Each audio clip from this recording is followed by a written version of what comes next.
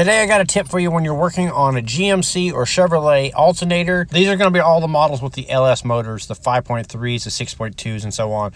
So when you go to take the alternators out, you'll find that when you remove the bolts, the alternator is really hard to get out. So you use a little pry bar to pry it up to get it out.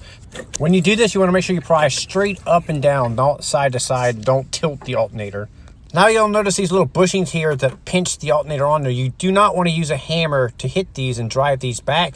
These brackets are very thin, and if you do that, there's a good chance that you can snap these brackets off, and then you'll have to change the whole entire bracket out, which is part of the power steering pump and all the other accessories. So what you do is you find a socket that's slightly bigger than the diameter of the bushing here.